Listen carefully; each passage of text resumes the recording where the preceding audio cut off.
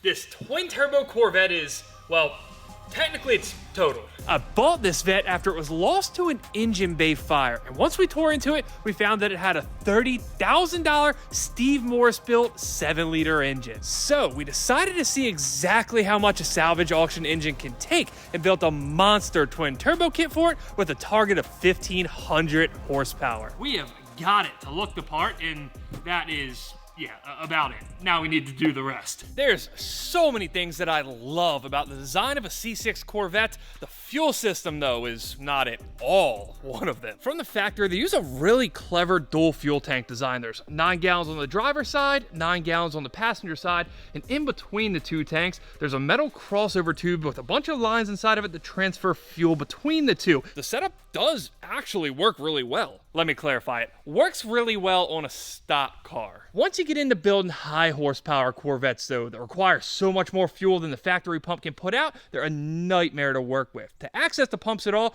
you have to drop the tanks completely out of the car, and because of that, the most common way people upgrade the fuel system on Vettes is leave the stock fuel pump in the tank and add a second pump outside the tank to supplement this one when it starts to run out of fuel. It's also the same thing they did on this build, though like most other things on this car, it's not done very well. The fuel pump install itself back here isn't too bad. It looks like a smaller Bosch style pump. We have an inline filter there. One thing though that's always sketched me out on these installs is the fact that you have to tap into the plastic tank. The fittings never seem to leak, but they also never really get tight. Yeah, I'm as covered as you think I am. My original plan was to ditch the stock fuel tanks completely and all the issues that come along with them and switch to a true racing fuel cell, which is much better suited to what we want to do with this car. I opted for a fuel cell on the Demon truck build, attached one big fuel pump to the back of it. It's ultra effective and ultra simple. The problem we run into on this build though is the only place we have to mount a fuel cell is in the hatch. Not only does it take up half our hatch, but if we ever want to run any serious racing events with this, we're gonna have to build a firewall to go between the cabin and the back half of the car. So I got to thinking, the fuel cell we were gonna use, that's 10 gallons. Each one of these stock fuel tanks is 9 gallons. So instead of trying to find a place for this, why don't we turn one of those into a fuel cell? I'm thinking we get rid of the passenger side fuel tank completely. We'll also jettison the siphoning system that transfers fuel in between the two tanks, and that'll leave us with this one 9-gallon plastic fuel tank that already has a home in the chassis that we can use just like a fuel cell.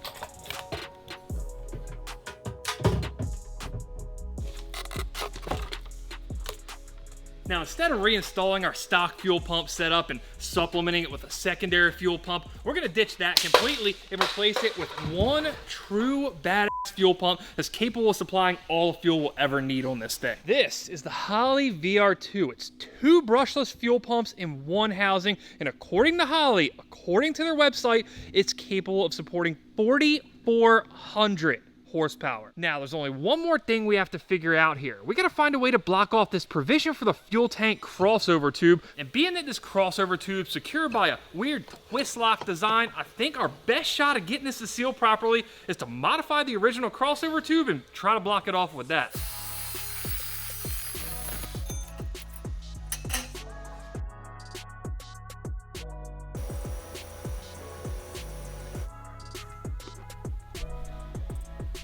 Well, it might not be the prettiest contraption in the world, but it ain't leaking, so it's good enough for me. Gotta lube this thing up really good, slide it back in the tank.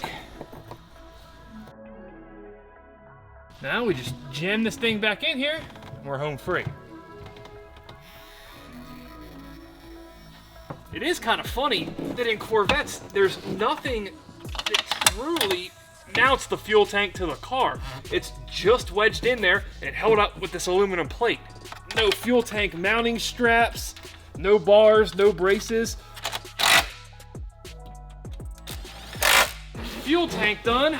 Next up on the fuel tank agenda, the fuel pump. Let's see what they were running. A Walbro GSL 392. This is kind of concerning. It's called science, Fernando. Okay. Anyway, before we put the new fuel pump in the car, we gotta conduct a little experiment. The fine contraption on the left, this is the secondary fuel pump we pulled out of the Vette, along with the original pump that was in the Corvette tank. We're gonna stick it down in this gas can that just so happens to have about 4 gallons of E85 in it. And then on our right side over here, we have our new fuel pump. It also happens to be connected to a gas can that has about 4 gallons of E85 in it, so I'm sure you can see where this is going. For what it's worth, Tim wired all this up. Okay. Whoa, don't put that on me. All right, you ready? 3, 2, 1. Oh my God.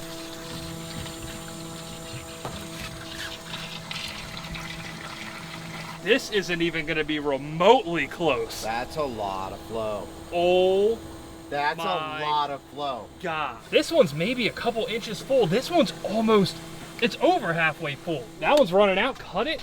You can cut that one too, you might as well. This is how much fuel our new fuel pump setup just pumped.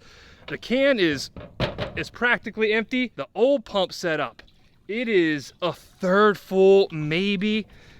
We didn't even pump half of what was in the original container. Now there is a bit of a downside to having a fuel pump that, for lack of better terms, flows a metric ton of fuel, and that is size. It is absolutely massive. My original plan was to put this fuel pump right down here where the auxiliary fuel pump went, call it a day. Now, could we do that? Maybe, but if we did that, we'd be breaking essentially every rule when it comes to mounting fuel pumps. Rule numero uno, fuel pumps need pre-filters. Now, chances are on the car you're driving, that's just a little sock on the bottom of the filter. But big fuel pumps need big pre-filters, and this is one big girthy pre-filter. This is as far forward as we can get the fuel pump, and that means we need to find a spot for this in between the outlet on the fuel tank and the inlet on the fuel pump. I know at the moment it looks like there's a ton of room here, but once we put a wheel in this thing, it gets real tight real fast. The only way we can make this whole area back here work is, one, if we mounted the pump vertically, which Holly said not to do, or two, if we kept it horizontal but ran it higher, then theoretically we could run the filter underneath, have a 180-degree fitting to connect this to that, and we'd be good. But then we're breaking rule number 2. As best you can, it's critical to have the inlet of your fuel pump level with or below the bottom of the fuel tank. That way it's not having to pull fuel, but rather getting gravity fed. Then rule number 3 is that, again, as best you can, you want to keep this feed as close physically from a distance standpoint as you can to the feed on the tank. But just like that time my old neighbor Earl cut the catalytic converters off his Monte Carlo, rules are meant to be broken. It's just a matter of breaking the rules with the least severe consequences, and I think in this case, that's rule number 3, distance. So what we're gonna do is use this area to mount our pre-filter, and then we'll take our fuel pump and mount that on the frame rail up here in the front fender, in which there's plenty of room. One of the really nice things about these Vettes is the rocker panels, they're completely hollow, which means we can run these lines all the way up. So I'm gonna stick it in, Fernando is gonna go grab it out the other side.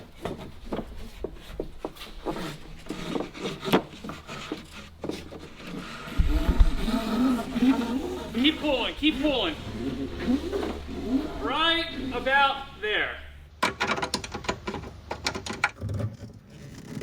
Now's when we get to bust out our new fuel rails, our injectors, our regulator, and design the engine bay side of the fuel system, which to me is far and away the most fun part of the whole thing. Something about packing so much into such a small area, you just get to be really creative with it, and it's a very satisfying thing to design.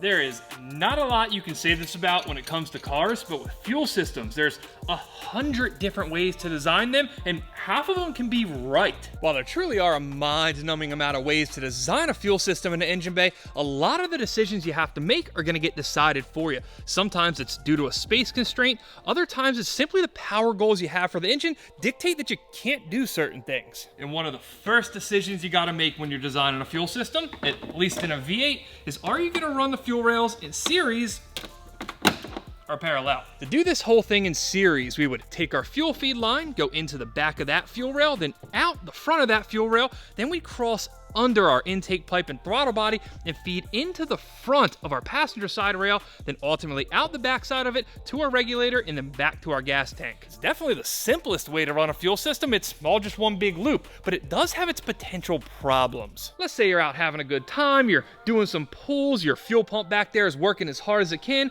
It's pumping fuel into the back of this fuel rail, and these 4 injectors on the left side of the engine, they're happy, they're getting fed first. But by the time the fuel gets over here to the right side of the engine, these injectors, they might not be getting fed quite as much. Now, is any of that likely given the ridiculous fuel pump we have in this car? Absolutely not, but why risk it? We are gonna go parallel. That means we'll split our fuel feed line and run 2 lines up into the engine bay. We'll run them across the top of this brake booster we just reinstalled. One of the lines will get connected to the left rail and the other will get connected to the right rail. And what this is gonna do is ensure that both sides of our engine have exactly the same amount of fuel. Now, we need to make sure that all the fuel that's not consumed by the engine, everything that bypasses the injectors, can get back to the gas tank. And this is where we're gonna get a bit tricky and do something that I haven't done before. Corvette engine bays are notoriously tight, even more so when you decide to do this. But we need to find a place for our fuel pressure regulator. And on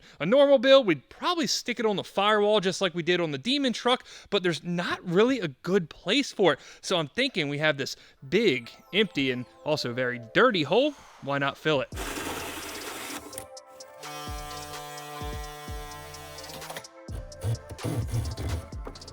Oh yeah. Oh yeah. This actually turned out pretty slick. I'm kind of surprised about that. We even have some leftover space that we're gonna use, if I can untangle them, to mount our fuel pump control modules. I drilled a little pass-through down there to get the wiring to the pumps. We'll mount the modules probably right around there, and then all that's left to do is wire them up using these connectors. And the very last touch on the fuel system is our ethanol content sensor adapter. Now, normally you'd run this if you were running dual fuels like 93 octane and E85. This little sensor would send a signal to your ECU to tell it what fuel you're running, and it could adjust boost, timing, and fuel accordingly. But since we are never gonna be running 93 octane in this thing, we're adding it just so it can let us know if we happen to get a bad tank of E85. So fuel system, check. That, along with air and spark, are the 3 ingredients we need to put some heat in this engine and get it started. We've got air. I mean, that one's kind of a freebie. We'll get the spark once we get the car wired up, but the inverse of those 3 things is we need to cool the engine down once we're putting all that heat into it, and that's what's next. Now, in a build like this, where we're running an air-to-water intercooler, we're gonna have 2 separate cooling systems. One that's gonna be dedicated for just this intercooler to cool down charge temps of the air going into the engine, and another one to cool down the engine itself. The first one we're gonna tackle is the intercooler. This is virtually identical to the way we run cooling systems in supercharged cars. Although it is the first time I've done it in a turbo car, the logistics are the same. In design, our intercooler system's ultra simple. It's made up out of 2 components. 1, a brand new heat exchanger from CSF, and 2, a very not brand new ice tank from Flow Supply. This exact ice tank is actually the one out of that Charger race car I had a while back. It had a failure at one of the upper wells, sent it in for warranty work, they took care of me, and sent me back one that's ready to go in the car. It's a perfect opportunity to repurpose it, save ourselves a few bucks on this project. And this bad boy is gonna go somewhere, probably right about there in the trunk. After, though, we rip out all of this garbage. No audio guy, but I presume there was some kind of pretty elaborate sound system back here, and we're left with just a bunch of really janky wiring. Sure, at some point or another, we've all bought a car that's just full of somebody else's just trashy wiring. This one, honestly, might be the worst I've ever had, and somehow it gets even worse once we get up into the cabin, but I suppose that's a problem for another day. Now, as for exactly where we're gonna mount this ice tank, it's basically gonna have to go front and center here. Is it aesthetically pleasing? Not really. Is it gonna obstruct us from putting anything big in the trunk? Probably. But when it comes to ice tanks, the most important thing by far is ease of use. And on these Vettes, we can't mount it off in the corner because we have our battery on this side and a little cubby on our driver's side, so smack dab in the middle of the trunk it is. One of the cool things about the trunk of Corvettes is they made them really nice and flat. It's like they knew what we were going to be doing with these things. That's funny. So what I was taking this off to show you was the nice little holes we just drilled. It's a nice flat mounting surface. It's really easy to bolt to. But then we found that. That's clearly like a hex head bolt. that is imprinted into the very hard fiberglass tub. It's pretty wild. Yeah, she ain't going nowhere. Now, on the ice tank we built for the Demon truck, it was just a simple aluminum box with a few ports on it, and we ran our intercooler pump elsewhere. But the way Flo designed this tank, the pump's more or less integrated into it. This down here is where the pump draws its icy cold water from, and then, for whatever reason, it uses it back through the tank and then sends it out this port up to the front of the car. Just say it. I already see it. Are you sure about this? I am sure about it, but I do feel bad about it. Oh my I really god. do. So, Inferno Orange Grand Sport is about to get damaged. let me explain. We have to get these massive Dash 16 lines into the fender well, over the tire, and into the rocker to run up to the front of the car. And this is just the best way to do that. It just is what it is. Let's roll. It hurts.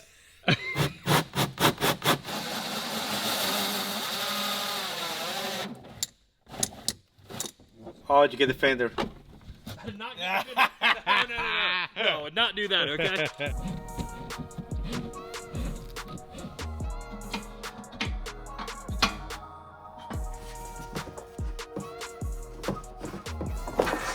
More. All right, now you might have noticed that these hoses aren't the same as the fuel hoses. Those are called AN lines. These are push locks, meaning you push it really, really hard and it locks. This is where we get to mount our heat exchanger, and we're gonna put it roughly, more or less, about right there. So it sits right in the front grill the exact same way we did it on Fernando's car because it looked awesome. As is becoming quite the trend on this car though, before we install it, we gotta do just a little bit of modification. All throughout this heat exchanger system, we've been using Dash 16 fittings and hose, and unfortunately, it is far too big for the fittings on this heat exchanger. The general rule of thumb is the bigger the hose, the higher the flow, so we gotta change it. So, our plan here, because this isn't gonna work for us, I'm gonna chop that off, and I'm going to weld this guy. A big Dash 16 fitting on. Yep. And I suppose that means we have to take this mount off too, because while it looks like we can retain this one possibly, that's, yeah, That's definitely not really gonna work, right? That's definitely gonna have to go. So we'll cut that off too. Weld another one of these here, and hopefully that'll work. You said hopefully in the not a confidence-inspiring way. Ah, you're right. I'm sorry. It's gonna work. That's gonna work.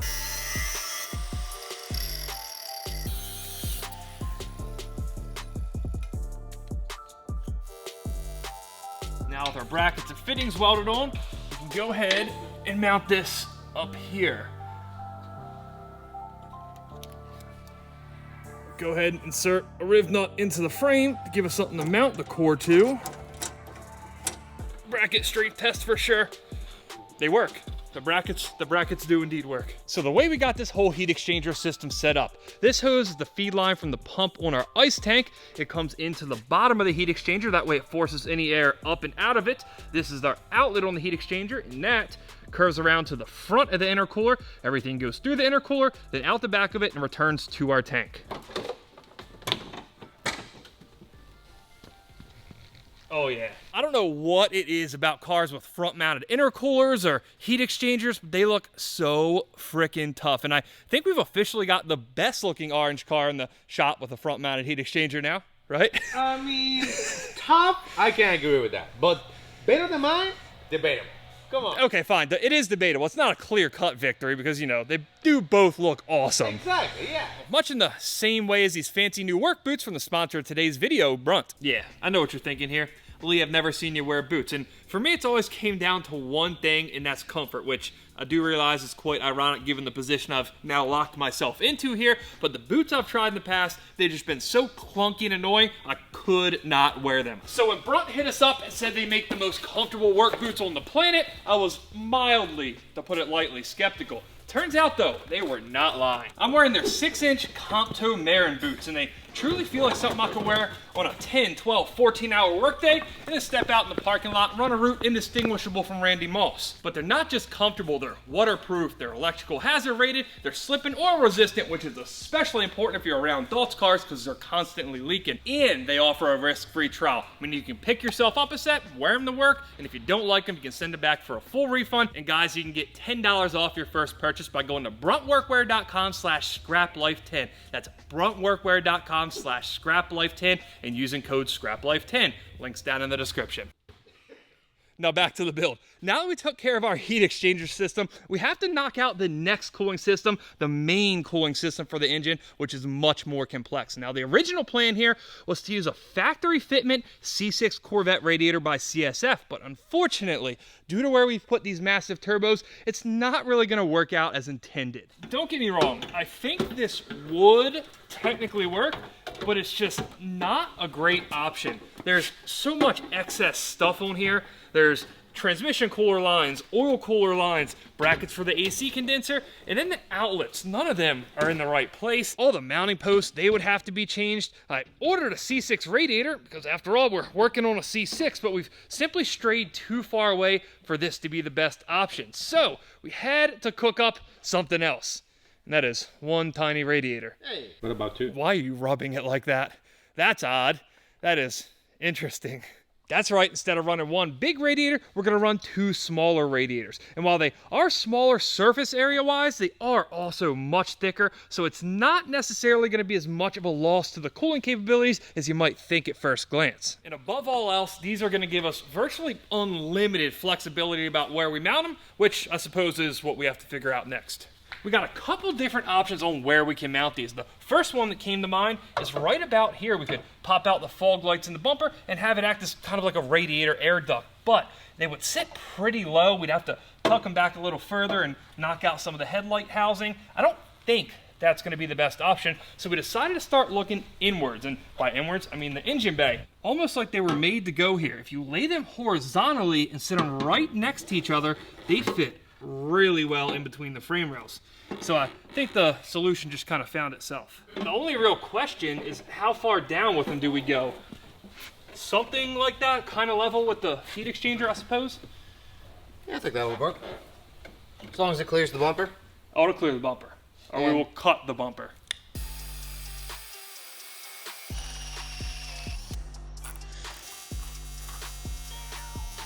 As much as I wish I could take credit for this, it happened almost accidentally. Once we gave our brackets a little bit of a bend to make this lower bolt clear, the radiators, they actually butted right up against each other. So I'm thinking if we drop the car down, they should butt up at the bottom too, because the radiators will be coming up, and then we can just weld the radiators together, effectively making one radiator again, out of two.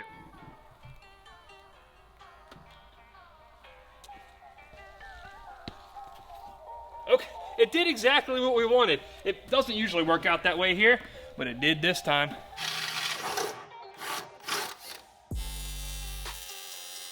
As long as nothing changed while they were being welded together, it should be golden. We gotta drop it in, bolt it down, and be on our way. We got almost there, right there. Oh yeah, perfect.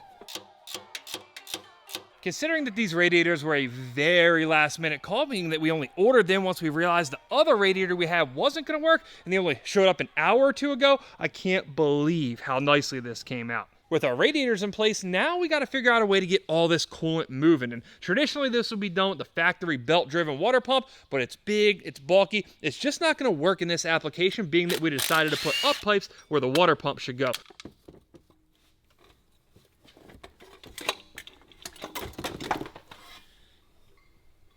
So long, partner.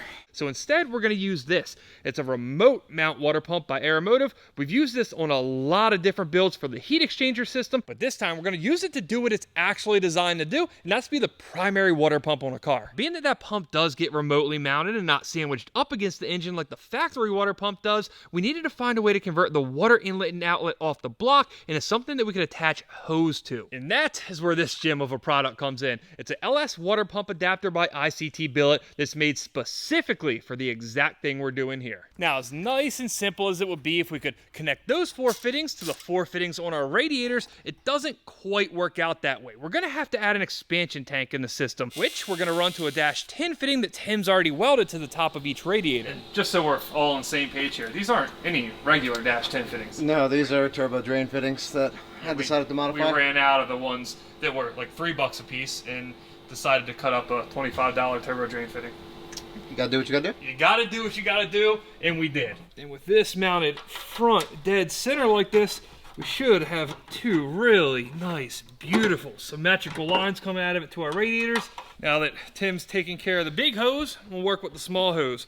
We gotta run this -4 line from this fitting on our expansion tank all the way around to this fitting on our steam port kit from ICT Billet. From the factory, LS cylinder heads have 4 tiny little coolant ports, one on the front and rear of each head. On most of the LS engines, only the front 2 are used and the rears are blocked off. But with this kit, we connect all 4 of them together. That'll help us prevent against hot spots and just lead to a more balanced cooling system. Now, the last piece of the cooling system puzzle before we can make the rest of our lines and basically seal this thing up is finding somewhere to mount a remote water pump. And thankfully, this doesn't have to be in the engine bay, so I'm thinking we'll try to mount it somewhere down here.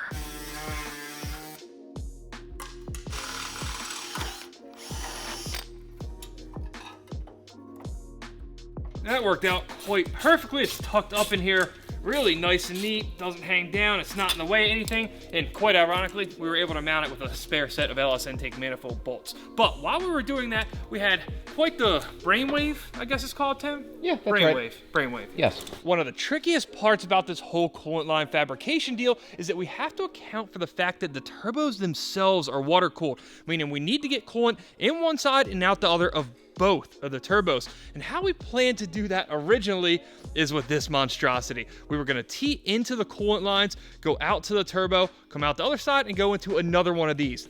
That's hard. It really is. So to clarify, that's when we were planning on running one single radiator, but we've changed a few things now. Yeah, things have changed, and we wanted to simplify the routing the best as possible. We were truly just BSing, looking around at these radiators, and noticed one of the cool features they had. They have a drain on the top and one way down there on the bottom, because remember, these are meant to be mounted like this. With the way we have these mounted, we don't need those drains anymore. So we got to thinking, why don't we do away with them completely and turn those into the ports to feed our turbos, hereby doing away with these monstrosities. The drain holes on the radiator have a really close size to the -6 weld-ins that we have. And besides the lip right there, should make for a pretty good weld.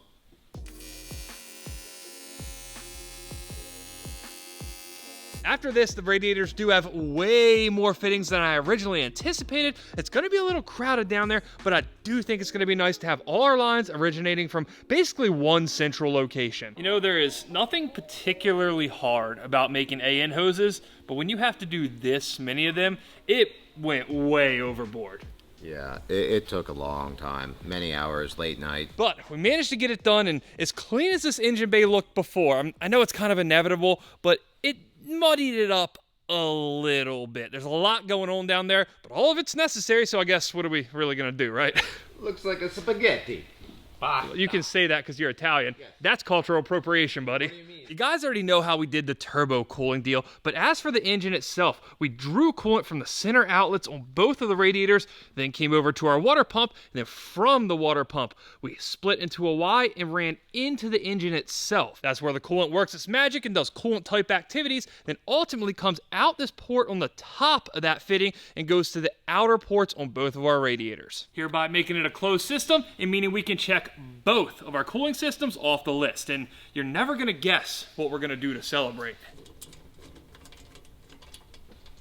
We get to make more lines. This time for oil though. These turbos are not gonna live very long if we only have coolant going through them. We need to force oil through them as well. It's gonna come in the top, out the bottom, which is why we did those drain fittings in the oil pan earlier in the build. What we're gonna do is run a line that's the exact same size as this, -4, from an oil feed on the side of the block right into the top of the turbo. But because these are ball bearing turbos, they need such a small amount of oil, we can't just dump it straight in and call it good, or it'll all come out the exhaust housing and it'll smoke badly. So we're gonna install an oil restrictor to make sure it's not getting over oiled.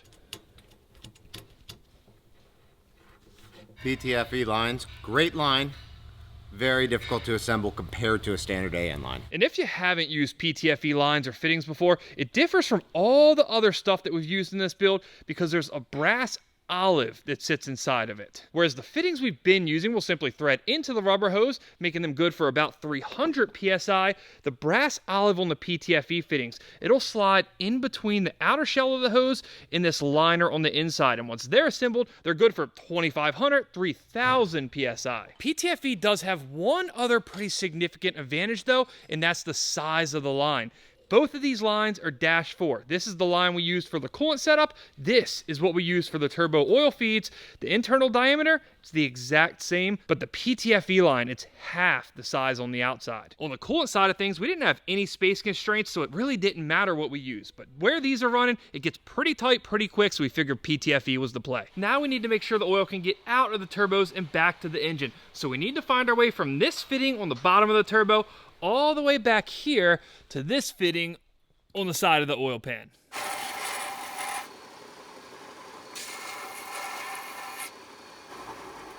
This deserves an explanation. You're right, we have to clearance this fitting to get past the clamp on the compressor housing.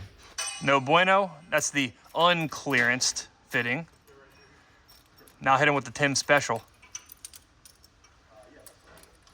Check that out.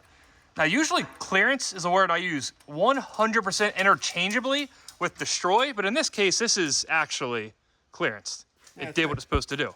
That's nice. From a plumbing standpoint, the only thing we'll have to take care of later is add heat shielding to everything that runs by the exhaust housing or downpipe. Unfortunately, we don't have the right size for everything. We just ordered a ton of it, so as soon as that comes in, we'll wrap it all up and we can basically call that part good. Now, the next system we have to take care of is one I've went back and forth for quite some time on if we should add to the car or leave out, and that's power steering. From the factory on these Vettes, the power steering pump sits down there under the alternator. There's a reservoir right here, and due to, well, obstructions, I guess we'll call it, it's not really an option on this build. So instead, we're going to design a completely new power steering setup with this part from down under. This is an electric over hydraulic power steering pump off a Holden. And what that means is instead of using a belt to drive the hydraulic fluid, it uses electric. The major draw with these, and no, that is not an electricity pun, is that you can mount them anywhere. Given that our engine bay is so cramped, we figured why not make use of this big hole that used to have our other gas tank in it. I actually bought this pump from a company here in the States that rebuilds them, and it came with this universal side mount bracket that I wasn't positive if we were going to be able to use or not, but it turns out because of where we're mounting it, it's a perfect fit. That is a good riv nut job if I've ever seen one. Tim's got this bracket nice and secure on 4 riv nuts, and now we can go ahead and slide our very Australian pump in here. Oh yeah, like a glove. Check that out. Packaging wise, this is the perfect place for this pump. Once we put our heat shield back on that side like we have on this side, you're not going to even know it's there, and there's more room in here in case we want to mount anything else. Now the only downfall here is that it's not going to be able to be filled from the top. We'll have to use a transfer pump just like we would for the transmission or differential. Either way, I think it's a worthy trade-off to be able to keep power steering and not have to have it in the engine bay. And as for the plumbing of this, it's 2 lines, 1 high pressure, 1 low pressure up to the rack, and that is it. Technically, we can't call any of this good until we test it, so I suppose we have to do that. And if this does turn out to be good, if we don't have any leaks in our heat exchanger or the fuel system, we're gonna celebrate with a new set of wheels, all right? Oh. I think you got a leak.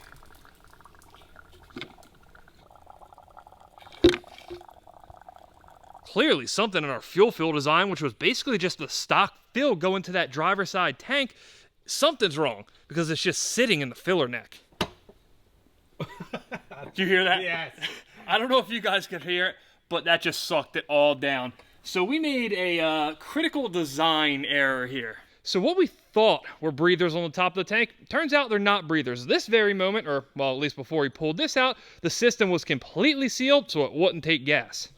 Imagine that. The tank's vented, the gas pours in like it should.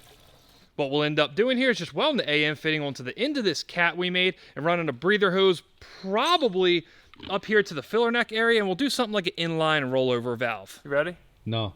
Why? Yeah, Scary. it's gonna be fine. I like the confidence, Tim. No, it's gonna be fine. I know nothing about this looks like it's going to be fine, but it will. You guys saw it earlier. It works. There we go. Well, it's pumping. There's the regulator. You heard it go all throughout the system. Sounds crazy. It does. Green light. Seemed to be pretty good. We're not leaking anything underneath. All right, one system down. We can call that one away, and we are halfway to a new set of wheels. The other system we can check now is our ice tank. Go for it. No.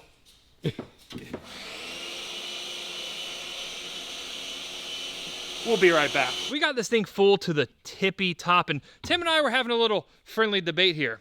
Is it gonna suck that thing dry? Yes. It is. You think it's gonna suck it dry?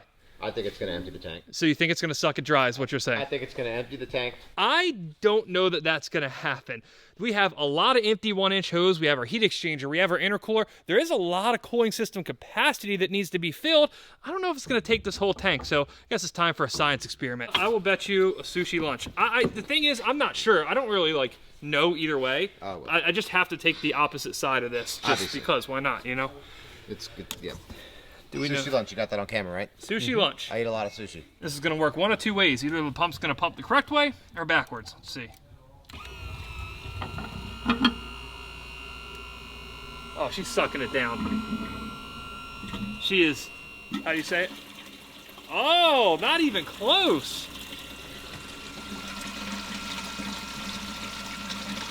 It's got capacity, Dang. but not that kind of capacity. We just got ourselves sushi, baby. Fernando, you wanna go grab sushi? I'm pretty sure I didn't bet on the opposite end of that. No, hold on. That's not how bets work, right? Yes, That it is not how bets work. Yeah. Wait, so I was the only one risking something. Yeah. We're gonna be real quick about this, all right? Drain works.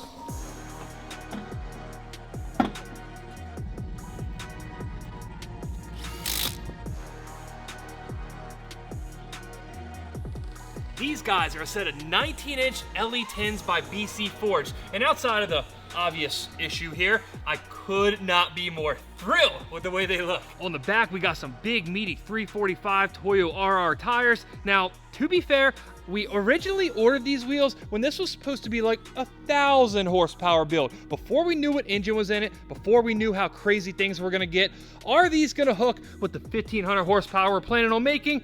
Not a shot. Clearly, we're ultimately gonna have to move to a 15-inch rear wheel setup, but we already had these laying around. We could not throw them on, right? Now, not only did we throw a new set of wheels on it, but we also got ourselves a full set of brakes finally. No more of those raggedy blue brakes that have been getting drug around all over. We ended up just grabbing a used silver set off a Z06 and threw them on with a new set of factory rotors. This unacceptable. You have a lot to learn. About the stance life, to be Exactly. fair. Yes. How you can ride with this? Current stance situation aside, from a hardware standpoint, we are practically at the finish line. Now we just have to, wire it up so we can fire it up, if you will. What for no car, boy, right? Just gonna say, nice skills with your hands. That was awesome. I guess you could say Tim got the hose, right? Yeah. Yeah. So I got to thinking, this fuel... Oh,